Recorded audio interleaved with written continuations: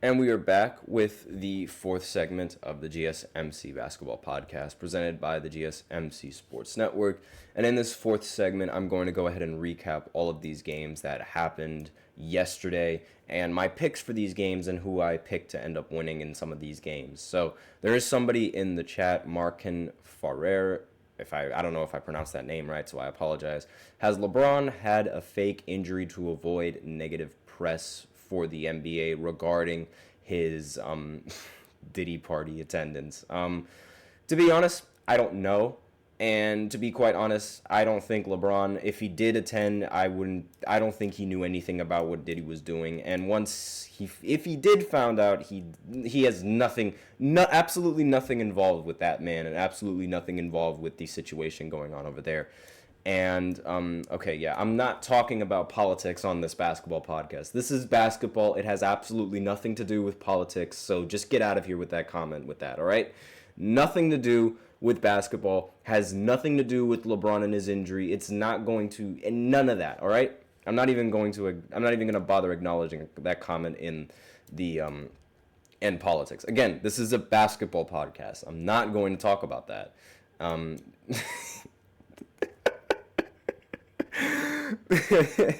Yeah, that is I will admit though that is a very funny comment. Basketball, he says that basketball is 100% political. Sure, but that doesn't mean I got to talk about that.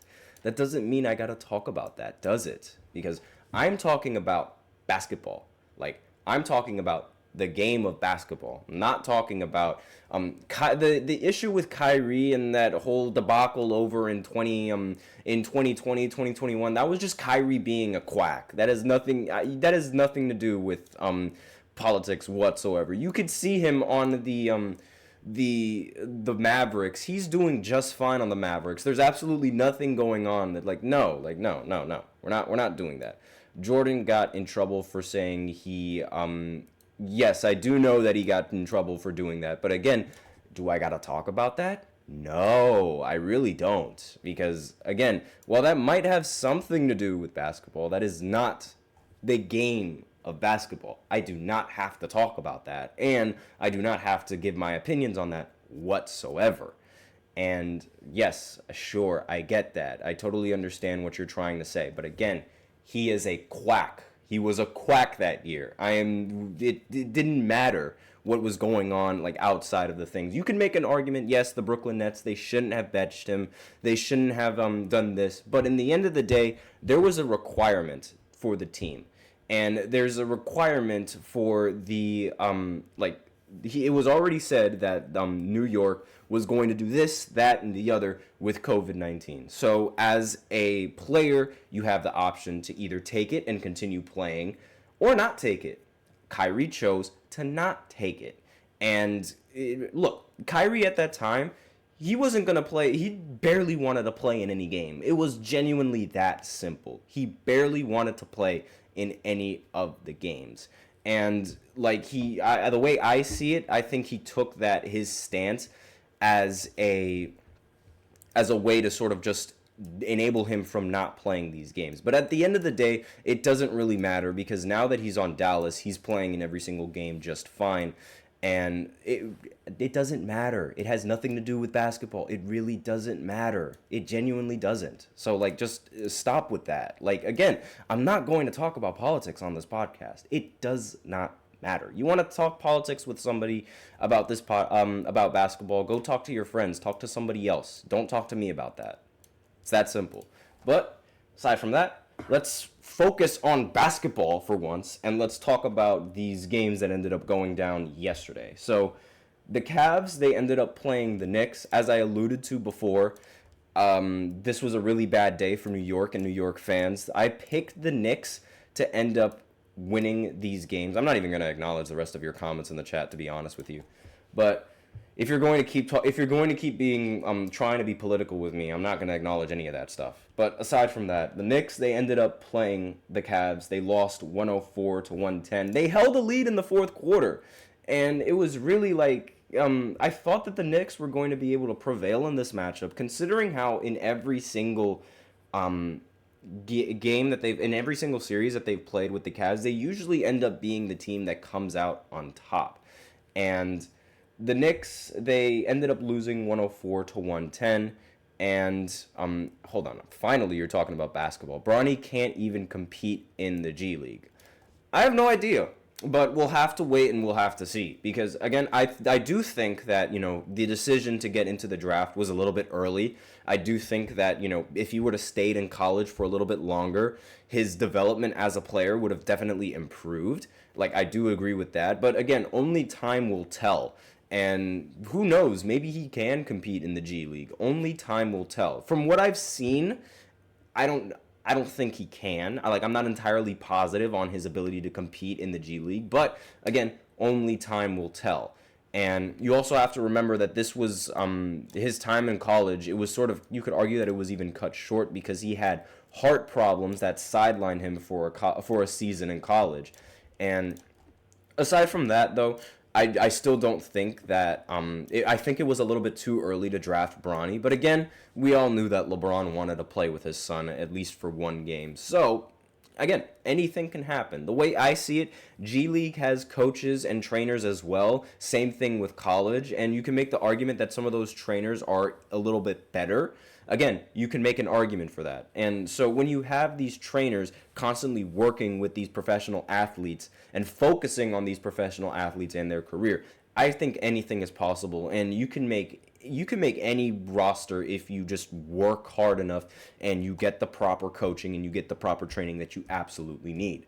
I just think that maybe he entered the league a little bit early before he could get that proper coaching. But in the G League, anything can happen, and any player can be exactly who they want to be in this league. I mean, we've seen several players come in from the G League who we didn't really expect them to be that good, and then they ultimately ended up making a starting spot on the roster and being solid enough to compete in the NBA. So again, anything can happen, and I don't want to sort of discredit Bronny. I know it sounds like I'm trying to defend him, but I'm not going to defend the fact that I don't think that he was ready for the NBA.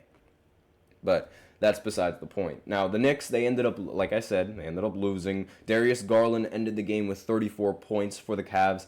Jarrett Allen ended with 15 points and 15 rebounds. Donovan Mitchell ended with 25 points, 5 assists, and 2 rebounds for this matchup. The Cavs didn't really shoot that well from 3, but again, neither did the Knicks in this matchup. The Knicks went 9 for 28 from 3 with 32%. The Cavs went 12 for 36 with 33%. So it was a really close game, but this game sort of fell apart towards the end of the game. And mainly, I mean, Darius Garland scoring all of those points, it really did not help in the slightest. Now, it was really in the fourth quarter where the Knicks ended up blowing this game and ended up collapsing, at least in my opinion, because the game was close through around the 6, maybe even 7-minute mark, and then it just ended up being bad, and they ended up just blowing it. And I just, it's the Knicks. I should have expected that, but guy can't shoot and he's almost under 5 feet. No handles. I mean, look, we clearly see that he has handles, and we clearly can see that he struggles with shooting. But shooting in the league is so much more different than shooting in an NBA game is so much more different than shooting in everywhere else. So obviously that pressure is going to be under him. I don't really expect if the number 1 and the number 2 picks in this draft are playing just as bad, I don't expect a second-round pick to play any better. We can both agree on that, right? I mean, Zachary Resacher, in fact, while we're on that topic, we might as well go ahead and talk about them in both of these 2 games. The Wizards ended up playing the Hawks. I picked the Hawks to win this game, but unfortunately, they ended up losing 121 to 119 in this matchup. Now, the 2 rookies that I'm talking about, Alexander Sarr and Zachary Resacher, they've been abysmal in these games. I mean, Alexander Sarr ended with 7 points, 9 rebounds, 1 assist. He did record 2 blocks. However, his shooting in this game, he shot 3 for 11 from the field, 1 of 5 from 3. Then for Zachary Resacher, the number 1 pick in the draft, ended with 4 points, 3 rebounds, 1 assist, 2 steals, 2 blocks. But he ended up shooting 1 for 8 from the field. And how many minutes are they getting? Well, Zachary Rasacher, he got 26 minutes in this matchup, and Alexander Czar got 27 minutes in this matchup. So it's really like, I mean, they played really bad. Every guard in the league is better at handles than he is. Of course every guard in the league is going to be better at handles than he is, because every guard in the league has experience in the NBA. He doesn't. Like, what? It doesn't. Of course they're going to have better handles. And the number 1 and the number 2 pick are playing almost as bad, if not just as bad. But of course, Bronny's going to get most of the spotlight, and Bronny's getting 0 minutes because he's not on the roster anymore. So again, they're playing just as bad, and they were picked higher than Bronny, and it's like, what gives? Like, that just doesn't make any sense. That really does not make any sense. And I'm very shocked that none of these number 1 and number 2 picks are getting nearly as much attention for playing as bad as they really are. And Kyle Kuzma, he ended the game with 25 points, 11 rebounds. Jordan Poole ended with 26 points. The Atlanta Hawks side, Jalen Johnson ended with 29 points, 12 rebounds. Trae Young did not play that well in this game shooting the ball. He shot 2 for 15 from the field, 2 of 10 from 3, ended with 14 points. He did cap off 8 rebounds and 13 assists in this matchup as well. But again, this shooting percentage and this inefficiency is something that is, it's normal. It's something that we are accustomed to seeing with Trae Young. Larry Nance Jr. ended with 15 points, and Garrison Matthews ended with 14 points. And then finally, the last game that I ended up getting wrong in my predictions was the Bulls going up against the Grizzlies. The Bulls ended up winning 126-123. Zach LaVine ended the game with 30 points. Kobe White ended with 20. Nikola Vucevic ended with 22 points. And on the Memphis Grizzlies side, Desmond Bane ended with 30 points. Santi Aldama ended the game with 11 points, 13 rebounds. Jaren Jackson Jr. ended the game with 19 points. There was no Ja Morant in this matchup, which I was unaware of, but they still were able to make this a pretty close game up until the very end. Now, those were all the games that I ended up getting wrong, so let's talk about the games that I ended up getting right. The Jazz lost to the Dallas Mavericks. I totally expected the Dallas Mavericks to end up winning in this matchup. PJ Washington, 12 points, 11 rebounds. Kyrie Irving, 23 points. Klay Thompson ended with 18 points. And Luka Doncic ended with a near triple-double, 15 points, 9 rebounds, and 8 assists as well. He did not shoot the ball that efficiently either. 5 for 22, 1 of 9 from 3. But a win by a mile, win by an inch, a win is a win, and I totally expected that to happen. Next, the Orlando Magic ended up beating the Pacers. Orlando Magic. And Paolo Banchero ended the game with 50 points, 13 rebounds, 9 assists, and 2 blocks. Almost a 50-point triple-double. We almost had our first 50-point triple-double this season. He was just 1 assist off. Jalen Suggs ended the game with 25 points, 7 assists, and 5 rebounds. A lot of improvement coming in from Jalen Suggs this year so far. Wendell Carter Jr. ended the game with 11 points and 10 rebounds. Franz Wagner only played 11 minutes. I think he got hurt in this matchup. I didn't really watch this game. Now, for the Pacers matchup, Halliburton almost got a triple-double, 19 points, 10 assists, and 9 rebounds. Obviously, he heard me criticizing him and saying that Trae Young was better than him, and now all of a sudden Trae Young was playing bad, and then Halliburton was playing good. Of course, that's what happens. Pascal Siakam ended with 26 points, 9 rebounds, and 4 assists, but of course this matchup just wasn't enough against the Orlando Magic and Paolo Banchero. The Heat ended up beating the Pistons. Obviously, they were going to beat the Pistons. I mean, there was absolutely no questions about that. The Celtics, they ended up beating the Bucks. Yeah, there was really no question about that. The Bucks, they had a lead at one point, but then they ended up blowing it. Of course, Doc Rivers is their coach. Giannis ended the game with 30 points, 10 rebounds, 6 assists. Damian Lillard ended with 33 points, 7 assists, and 7 rebounds. But still, it wasn't enough for the Boston Celtics. And Tatum finally came back down to earth, didn't really play all that well in this matchup. 6 for 16 with 15 points, but that doesn't matter because Peyton Picard had 28 points, 10 for 14 from the field, And Jaylen Brown ended the game with 30 points, 10 for 19 from the field. Drew Holiday ended with 21 points, 7 for 12 from the field. And Derek White ended 5 for 13 from the field with 13 points. And you're probably right about that comment. I mean, who knows? But, I mean, you're here, so it really doesn't matter to me. Now, in the Nuggets versus Raptors game, the Nuggets ended up winning 127 to 125. It was a much closer game than what I thought was going to happen for the Nuggets. Jokic ended up scoring 40 points again, 10 rebounds and 4 assists, along with 2 blocks with that as well. Aaron Gordon ended with 16 points and 11 rebounds, along with 8 assists.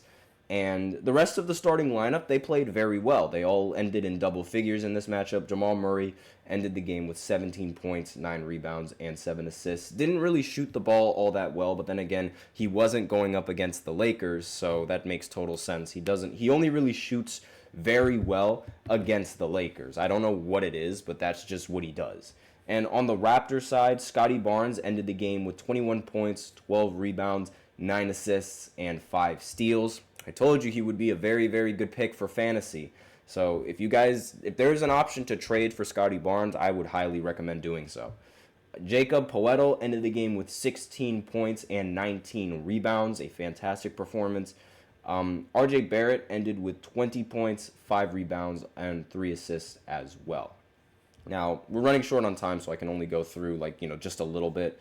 The Houston Rockets, I picked them to win, and they ended up not disappointing me this time.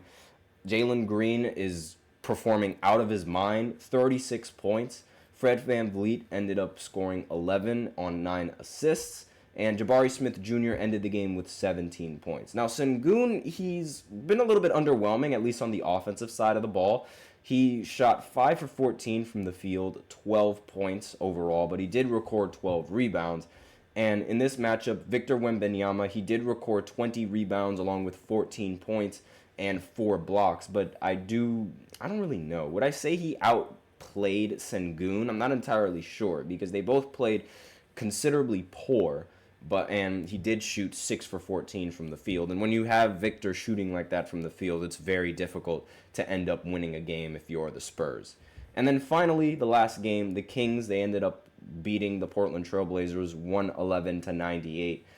The DeRozan and De'Aaron Fox, they finally get their first win as teammates. DeRozan ended the game with 23 points. De'Aaron Fox ended the game with 24 points. And Sabonis ended the game with another double-double, 16 points and 13 rebounds, along with 7 assists. Now, for Portland's side, they did not really have a dominant player in this matchup. DeAndre Ayton ended the game with 20 points and 11 rebounds. And when DeAndre Ayton is your best player on the court, it spells bad news. It usually spells bad news for your team. So that's all that I have to say on this recap of the NBA games. So now I'm going to go ahead and go into the 5th segment where I talk about the next games that are coming up later tonight. And I'm going to go ahead and give a prediction on what teams I think are going to end up winning tonight. So I'll be right back after this short break. Be sure to stay tuned.